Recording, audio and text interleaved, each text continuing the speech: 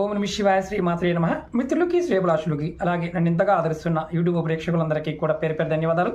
మిత్రులారా, మీ అందరికీ పరాదేవత ఎలవెలా మీతో ఉండి మీ మనోవాంఛ నెరవేర్చాలని మనస్ఫూర్తిగా కోరుకుంటున్నాను.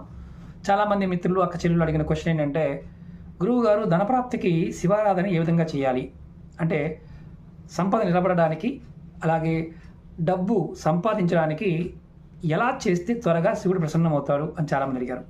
దానికి సమాధానం ఏంటంటే, ఎవరైనా సరే శివ పూజ చేసేవారు తామర పత్రాలు, తామర పువ్వులు వస్తే ఆకులు వస్తాయి కదా, వాటితోనూ మీరు కనుక శివారాధన చేసినట్లయితే మీకు ధనప్రాప్తి కలుగుతుంది.